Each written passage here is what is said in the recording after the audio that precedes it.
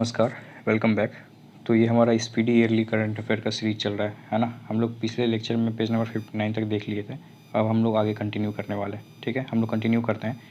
ये जो भी जो फुल फॉर्म से रिलेटेड चीज़ें हैं, ये रेलवे में है ना, एसएससी में बहुत बार देखने के लिए मिला है ना। बिहार के जितने भी एग्ज़ाम होते हैं, दरोगा हो, बिहार एसएससी है, सीजीएल है, सब में ये आता है। तो आप इसको एकदम ध्यान से देखेंगे, है ना। इंडिया का फुल फॉर्म आपको पता होगा, इंडिया गठबंधन अभी बना है, Indian national developmental inclusive alliance, ये इसका फुल फॉर्म है, ध्यान रखेंगे आप, है ना। सिडबी का small industries development bank of India full form है जीएसएलवी। जियो सिंक्रोनस सैटेलाइट लॉन्च व्हीकल, आप जियो सिंक्रोनस का स्पेलिंग देख लीजिए, आपको हो सकता है ना इसके स्पेलिंग में आपको 4 ऑप्शन दे के घुमा दिया जाए। पीएसएलवी का polar satellite launch vehicle. AIDS का एक्वायर्ड इम्यून डिफिशियंसी सिंड्रोम, ध्यान रखना है आपको, है ना। Chat GPT chat generative pre trained transformer, आपको पता होगा, ऐसा ही करके बीपीएससी में एक बार क्वेश्चन पूछा था एमआरएनए का। आई थिंक 69वीं बीपीएससी में पूछा गया था कि एमआरएनए का फुल फॉर्म क्या है ना। तो ये सब क्वेश्चन बहुत बार वो देखने के लिए मिला है ये सब एग्जाम में। अब आप लोग ध्यान से देखिएगा, है ना। चैट जीपीटी, रिपीट करता हूँ वापस से, chat generative pre trained transformer बहुत इंपॉर्टेंट है, आप इसको ध्यान रखेंगे। सार्क का south Asian association for regional cooperation. Covid का कोरोना वायरस डिजीज। CAB-CAA का सिटीजनशिप अमेंडमेंट बिल या एक्ट बोलते हैं इसको, CAA अभी जो इसका बहुत अभी बवाल मच रहा था दिल्ली उल्ली में, है ना, ध्यान रखना है आपको। NRC national register for citizens, ये दोनों इंपॉर्टेंट है, ध्यान रखना है आपको, है ना। NRC जो लोग बोलते हैं, नेशनल रजिस्टर ऑफ सिटीजन्स है। EVM electronic voting machine, important है, ध्यान रखना है। VVPAT बहुत इंपॉर्टेंट है। Voter verifiable paper audit trial, paper है, ध्यान रखना है ना। वेरीफाइबल का स्पेलिंग देख लीजिएगा, बाद में इसमें हो सकता है कन्फ्यूज़ कर दे आपको, है ना। नोटा का full form none of the above. NDA का नेशनल डेमोक्रेटिक अलायंस है, डेमोक्रेटिक है, ध्यान रखना है। UPA का united progressive alliance, united progressive alliance. IRCTC का Indian railway catering and tourism cooperation, बहुत इंपॉर्टेंट है ना। IRCTC आप तो टिकट विकट काटते होंगे तो इसी ऐप से करते हैं। FSSAI का food safety and standards authority, बहुत इंपॉर्टेंट है, इसको 2-3 स्टार मार्क कर लीजिए आप। मो का मेमोरेंडम ऑफ अंडरस्टैंडिंग, ठीक है। ODF open defecation free. NGT national green tribunal, आपने पंचायत सीरीज़ देखा होगा, पंचायत सीरीज़ में इसी ODF का बात होता था, है ना, ओपन डेफिकेशन फ्री का, ठीक है। PETA people of ethical treatment for animals. NFRA national finance reporting authority. RERA real estate regulatory authority. FATF financial action task force. UNHRC united nation human right council, है ना। GST का goods and service tax. भीम का Bharat interface for money. ASEAN का association for south east Asian nations. HTTP का hyper text transfer protocol, important है, बहुत बार एग्जाम में पूछा गया है। PCS प्रोविंशियल सिविल सर्विस, है ना। BARC Bhabha atomic research centre. UPI unified payments interface, important है, बहुत बार एग्जाम में पूछा गया है। UPI unified payments interface. NEFT national electronic fund transfer, IMPS immediate payment service, है ना। चलते हैं आगे। RTGS real time gross settlement. IFSC Indian financial system code, पैसे वैसे मंगवाने होते हैं तो IFSC बहुत इंपॉर्टेंट होता है ना, हर बैंक का अपना अपना IFSC कोड होता है, आपको पता होगा ये चीज़। NASA national aeronautics and space administration, बहुत इंपॉर्टेंट है, ध्यान रखना है। NCERT national council for educational research and training, ये भी इंपॉर्टेंट है, national council for educational research and training.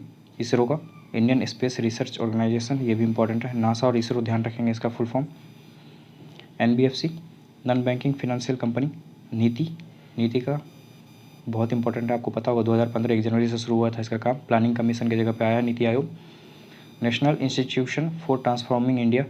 Try का telecom regulatory authority of India. IRDA insurance regulatory and development authority, है ना। UIDAI unique identification authority of India, बहुत बार exam में पूछा गया है, जो आधार का काम होता है, आधार इसी के अंदर आता है। UIDAI IRCTC हमने अभी देखा, Indian railway catering and tourism corporation. ASHA accredited social health activist, ASHA worker जो आंगनवाड़ी वाली जो सेविकाएं होती है ना, ध्यान रखना है आपको। NABARD, national bank for agriculture and rural development, IMEI, international mobile equipment identity, IMEI का full form.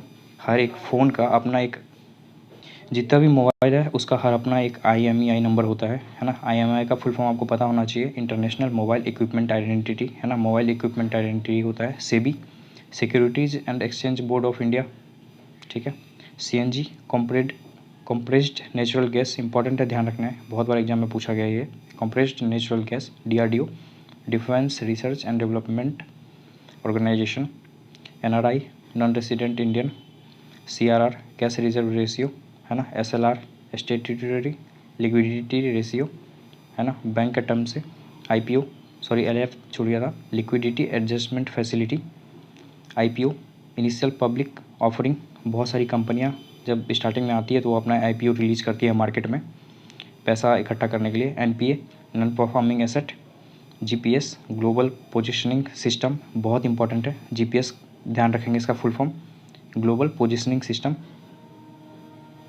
CAG, controller and auditor general of India, कितने आर्टिकल के अंदर है? आर्टिकल 148 से 151 के बीच में, आपको पता होगा, अनुच्छेद 148 से 151 के बीच में, है ना। NDRF, national disaster response force. FEMA, foreign exchange management act. FERA, foreign exchange regulation act. दोनों में अंतर देख लीजिए, M है तो मैनेजमेंट, R है तो रेगुलेशन, ठीक है। CET, common eligibility test. ISDN, integrated services digital network. KYC किया जाता है, नो योर कस्टमर, इसका फुल फॉर्म बहुत इंपॉर्टेंट है, ध्यान रखेंगे आप। पैन का परमानेंट अकाउंट नंबर, ये भी इंपॉर्टेंट है, ध्यान रखना है आपको। जितने भी ये फुल फॉर्म बताया मैंने, ये सारा इंपॉर्टेंट है, आपको ध्यान रखेंगे, है ना। हम लोग आगे चलते हैं, करंट अफेयर समसामयिक विविध देख लेते हैं, है ना। ये तो इंपॉर्टेंट नहीं है बैंक वाला, CRR कितना, ये हर साल नया नया आता है। राम मंदिर के बारे में देख लेते हैं। मंदिर का शिलान्यास कब हुआ था? तो 5 अगस्त 2020 को PM मोदी के द्वारा किया गया था। प्राण प्रतिष्ठा 22 जनवरी 2024, है ना। अयोध्या के राम मंदिर का निर्माण नागर शैली में किया गया है ना। 3 शैलियाँ हैं ना, नागर शैली, द्रविडियन शैली, विसारा शैली, है ना। आपको पता होगा ये चीज़, ध्यान रखना है आपको। राम मंदिर का डिजाइन वास्तुकार कौन था? ये तो चंद्रकांत सोमपुरा, इन्होंने किया है, इनका नाम ध्यान रखना है ना। और देखते हैं, मंदिर का निर्माण टाटा और लाइसेंस टर्बो L&T कंपनियां हैं, ये दोनों ने मिलकर किया है, टाटा ने और L&T ने, दोनों को मिला था ये। 1800 करोड़ रुपए का लागत से मंदिर का निर्माण हुआ है, जिसकी ऊंचाई 161 फीट है। रामलला की मूर्ति ऊंचाई 51 इंच है। इसके जो ये रामलला की मूर्ति है, इसका जो निर्माता है ये कौन है? तो अरुण योगीराज, ध्यान रखना है। और राम मंदिर में 5 मंडप हैं, 392 खंभे और 3 मंजिल का है। ये उतना फैक्ट नहीं, ये इंपॉर्टेंट नहीं है, बाद के ऊपर जितने भी हमने देखे ये सारा इंपॉर्टेंट है, ठीक है। भारत मंडपम से देख लेते हैं।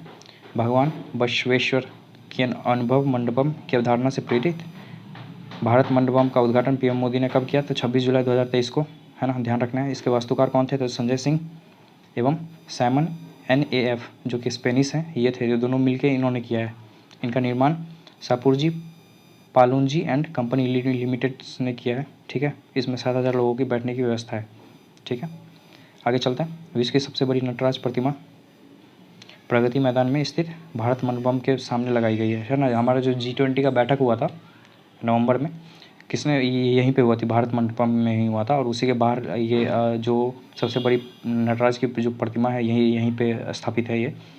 ये अष्टधातु से बनी हुई है और दुनिया की सबसे बड़ी नटराज प्रतिमा है। ये मैंने अभी आपको बताया 27 फुट ऊँची है, ये 18 टन वजन है इसका, ठीक है। और इस मूर्ति को तमिलनाडु के स्वामी मलाई के राधा कृष्णन सतपथी ने तैयार किया। तो तमिलनाडु के हैं राधा कृष्णन सतपथी, इन्होंने तैयार किया, ध्यान रखना है, ठीक है। आगे चलते हैं। भारत का जो नया संसद भवन बना है उससे रिलेटेड देख लेते हैं। PM मोदी ने नए संसद भवन का उद्घाटन कब किया? तो 28 मई 2023 को, इंपॉर्टेंट है, डेट याद रखेंगे, ठीक है। को विनायक दामोदर सावरकर की 140वीं जयंती के अवसर पर किया है। सब चीज़ छोड़ दीजिए साइड, और सबसे पहले तो ये फैक्ट पकड़िए, तो किसके जयंती के अवसर पर किया है? तो VD सावरकर, इनके जयंती पे किया है। विनायक दामोदर सावरकर के जयंती पे 28 मई 2023 को उद्घाटन किया गया था नए संसद भवन का। और इनका कौन सा जयंती था? तो 140वां जयंती था, है ना। ये आपको ध्यान रखना है, ठीक है। नया भवन सेंट्रल विस्टा परियोजना का हिस्सा है, ठीक है, जिसका निर्माण टाटा लिमिटेड ने 971 करोड़ रुपए की अनुमति लागत से किया है, ठीक है। तो टाटा ने किया है इसका। नया संसद भवन का टाटा ने किया, राम मंदिर का टाटा और L&T दोनों ने मिल के किया है, ठीक है। भवन का design HCP design and planning company ने किया है। नए संसद भवन में संयुक्त सत्र में कुल 1272 लोग बैठ सकते हैं एक साथ में, ठीक है। आपको पता होगा जब जॉइंट सीटिंग होता है ना, जब लोकसभा और राज्यसभा दोनों साथ में मिलकर बैठती है, जो वोटिंग करती है ना, तो ये जब दोनों साथ में बैठेंगे तो 1272 लोग बैठ सकते हैं, इतने सीट हैं उसमें। नए संसद भवन में लोकसभा सदन में 888 सदस्यों तथा राज्यसभा सदन में 384 सदस्यों की बैठने की व्यवस्था होगी, है ना। 888 सदस्य का सीट दिया गया है वहाँ पे। सदस्य हालांकि कम है बट फिर भी सीट दे दिया गया है 888, और बाद में ये राज्यसभा में 384। नए संसद भवन के वास्तुकार कौन है? तो बिमल पटेल। इनका नाम आप याद रखेंगे, बहुत इंपॉर्टेंट है। नए संसद भवन के वास्तुकार हैं बिमल पटेल। ध्यान नाम याद आपको उसको रखना है, ठीक है। आगे हम लोग देख लेते हैं जो भी इंपॉर्टेंट रामसर साइट है ना, वो हम लोग देख लेते हैं। ये बहुत इंपॉर्टेंट है, बहुत बार एग्जाम में पूछा गया, आपने देखा होगा, ठीक है। तो आप लोग ध्यान रखेंगे, और साथ में आप अगर आपने पहले पढ़ रखा है तो आपका रिवाइज हो जाएगा, और अगर आपको जो भी नया लगेगा ना, आप इसको 1 से 2 बार सुन लेंगे रिपीट करके, तो आपको याद हो जाएगा, ठीक है। नंजरायन पक्षी अभयारण्य तमिलनाडु में है, ठीक है। काजू वैली तमिलनाडु में है। तवा इंपॉर्टेंट है, कहाँ पे है? MP में है, ठीक है। MP के होशंगाबाद ज़िले में है। होशंगाबाद याद नहीं रखेंगे तो दिक्कत नहीं है, लेकिन MP याद रखिए, ठीक है। तवा MP में। नागी नक्टी दोनों कहाँ है? बिहार में, ठीक है। मगदी ये कर्नाटक में है, मगदी केरे, ठीक है। लॉन्गवुड 16 तमिलनाडु। करावेट्टी ये भी तमिलनाडु। अंक समुद्र कर्नाटक में है, इम्पॉर्टेंट है। अघनाशिनी कर्नाटक, इम्पॉर्टेंट है। सालबुग अदरभूमि संरक्षण ये कहाँ है? सालबग कहाँ है? जम्मू कश्मीर में। हाईगम जम्मू कश्मीर में, ठीक है। सालबग और हाईगम दोनों का नाम याद रखना है, कहाँ है? जम्मू कश्मीर में है। ठाणे से आपको पता होगा, महाराष्ट्र, ये तो ईजी हो गया। कांजीरकुलम तमिलनाडु।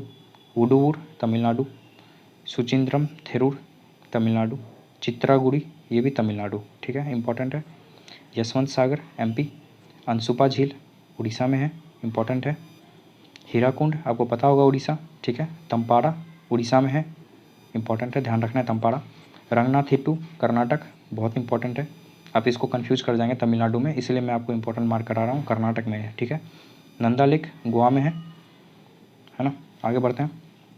सतकोसिया उड़ीसा में है, इंपॉर्टेंट है, ध्यान रखना है ना। कोसी है, इसका मतलब बिहार में मत मार दीजिएगा। सतकोसिया गॉर्ज उड़ीसा में है।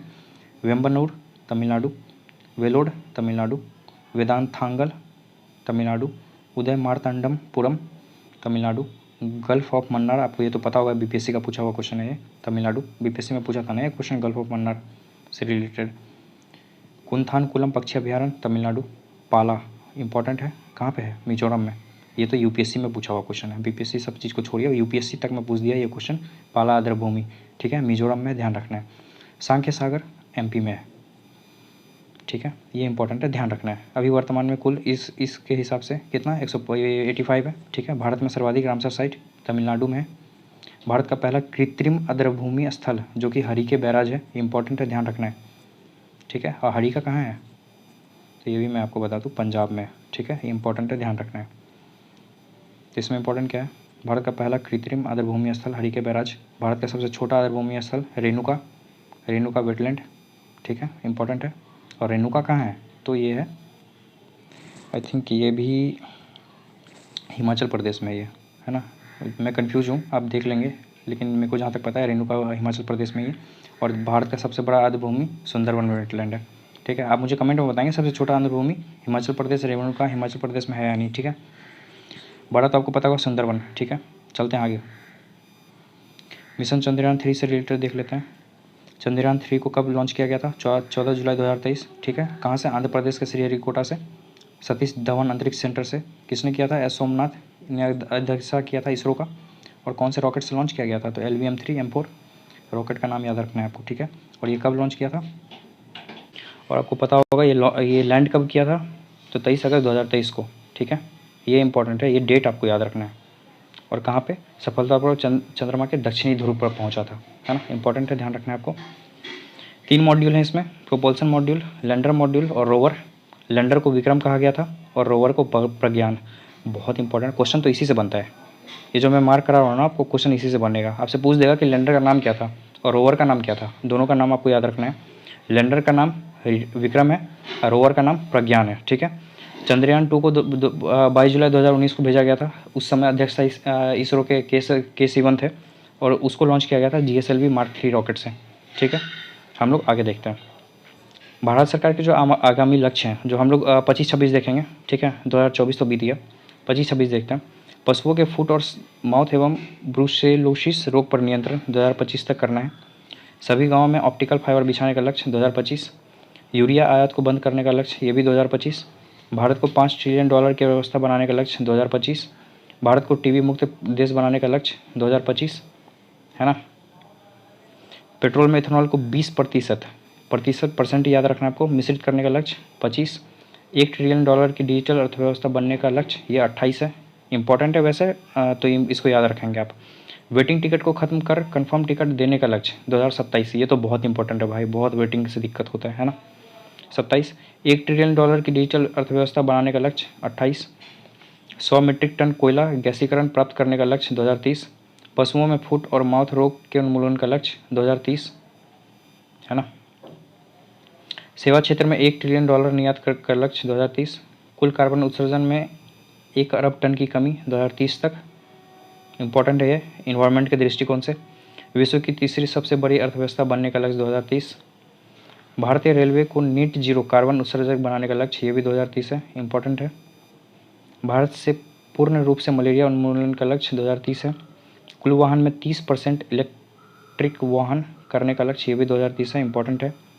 HIV एड्स को ख़त्म करने एवं मलेरिया उन्मूलन, ये भी 2030, ठीक है।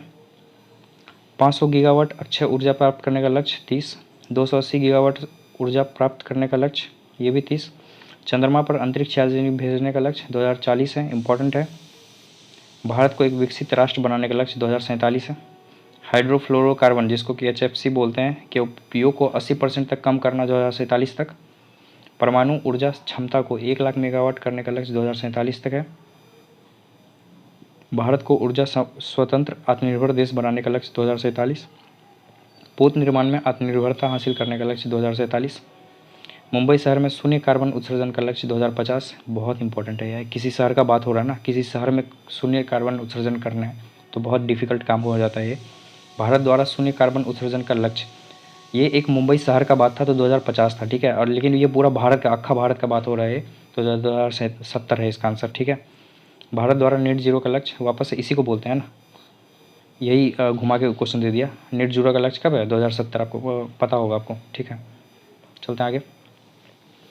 जो फेमस स्टेचू लगे हैं ये तो बहुत इंपॉर्टेंट हो जाता है, ये देख लेते हैं हम लोग, है ना। स्टेचू ऑफ सोशल जस्टिस किसका होगा? ये भीमराव अम्बेडकर का, 125 फुट की है, जिसको कि स्टेचू ऑफ सोशल जस्टिस भी कहा जाता है। कहाँ पे लगा है? आंध्र प्रदेश में, आंध्र प्रदेश के विजयवाड़ा में, जिसको कि सामाजिक न्याय की मूर्ति कहते हैं। बहुत इंपॉर्टेंट है, ध्यान रखना है, जगह याद रखना है आपको, ठीक है।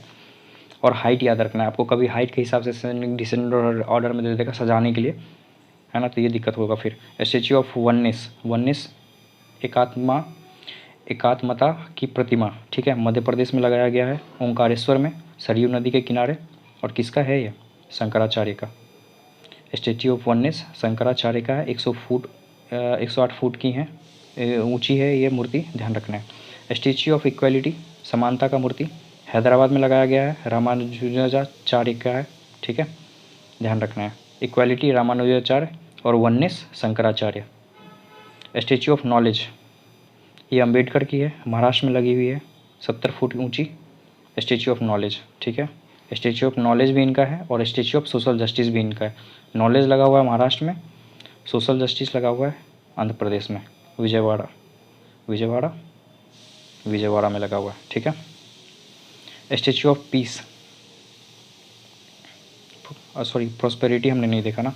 Statue of prosperity Karnataka, Bangalore के कर्नाटक में लगा हुआ है। केम्पेगौड़ा आपको पता होगा, केम्पेगौड़ा इंटरनेशनल एयरपोर्ट भी है, ठीक है।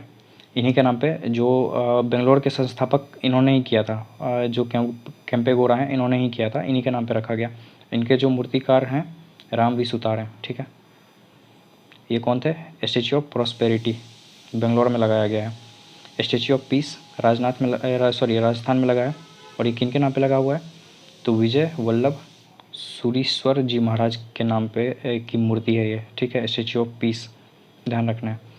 श्री रामानुजाचार्य की स्टेचू ऑफ पीस शांति प्रतिमा, 2022 में गृह मंत्री अमित शाह ने श्री रामानुजाचार्य की 4 फुट ऊंची स्टेच्यू ऑफ पीस का अनावरण जम्मू कश्मीर के श्रीनगर में किया था। तो ये आप देख सकते हैं, तो यहाँ पे कॉन्फ्लिक्ट हो जाएगा। स्टेच्यू ऑफ पीस नाम यहाँ पे क्या है, तो अगर ये ऐसे पूछा जाए तो राजस्थान में लगा हुआ है, आचार्य विजय वल्लभ सुरीश्वर जी महाराज की है, और एक रामानुजाचार्य की भी है स्टेच्यू ऑफ पीस। ये कहाँ पे, तो जम्मू कश्मीर में 4 फुट ऊँची है, ध्यान रखना। और किसकी है ये, रामानुजाचार्य जी की। स्टेच्यू ऑफ यूनिटी आपको पता होगा, 182 मीटर ऊंची, गुजरात के केवड़िया में लगी हुई है, नर्मदा नदी के किनारे, ठीक है। और किसकी है, सरदार वल्लभ भाई पटेल की मूर्ति है, ठीक है। स्टेच्यू ऑफ बिलीफ राजस्थान में लगा हुआ है ना, भगवान शिव की मूर्ति है, ठीक है। चलते हैं आगे। वंदे भारत ट्रेन 18 ट्रेन की शुरुआत, पहली ट्रेन चली थी दिल्ली से बनारस पिछले साल। रेलवे में पूछा हुआ, एनटीपीसी का पूछा हुआ क्वेश्चन है, ठीक है। पहला शिफ्ट में ही पूछा हुआ क्वेश्चन है। मैं अभी एनटीपीसी का सीरीज चालू करने वाला हूँ, तो वो अब हम लोग उसमें देखेंगे। ये क्वेश्चन आया है उस क्वेश्चन में, उस एग्जाम में, कि पहला जो वंदे भारत ट्रेन है ये कहाँ से कहाँ चला है, दिल्ली से बनारस, ठीक है।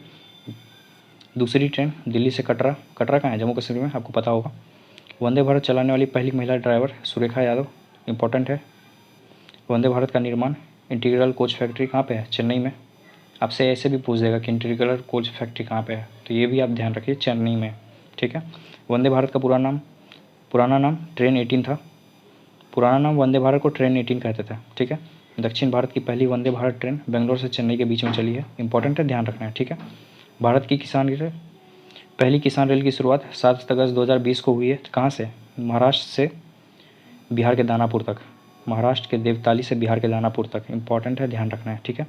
दक्षिण भारत की पहली, देश की दूसरी, ठीक है, किसान रेल की शुरुआत, पहली तो हमने देख लिया कहाँ से, महाराष्ट्र से बिहार तक पहली देश की दूसरी अगर पूछें तो आंध्र प्रदेश से नई दिल्ली तक, है ना, इंपॉर्टेंट है, आपको ध्यान रखना है। आगे चलते हैं। आई थिंक हम लोग यहीं तक रखते हैं। अगले चैप्टर से हम लोग करंट अफेयर प्रश्नों का उत्तर संग्रह है, पूरा हम लोग एक लाइन से स्पीड में खींचेंगे। पेज नंबर 62 तक हम लोग रखते हैं, है ना। तो वीडियो अगर पसंद है तो वीडियो को लाइक करें, चैनल को सब्सक्राइब करें, है ना। Thank you so much.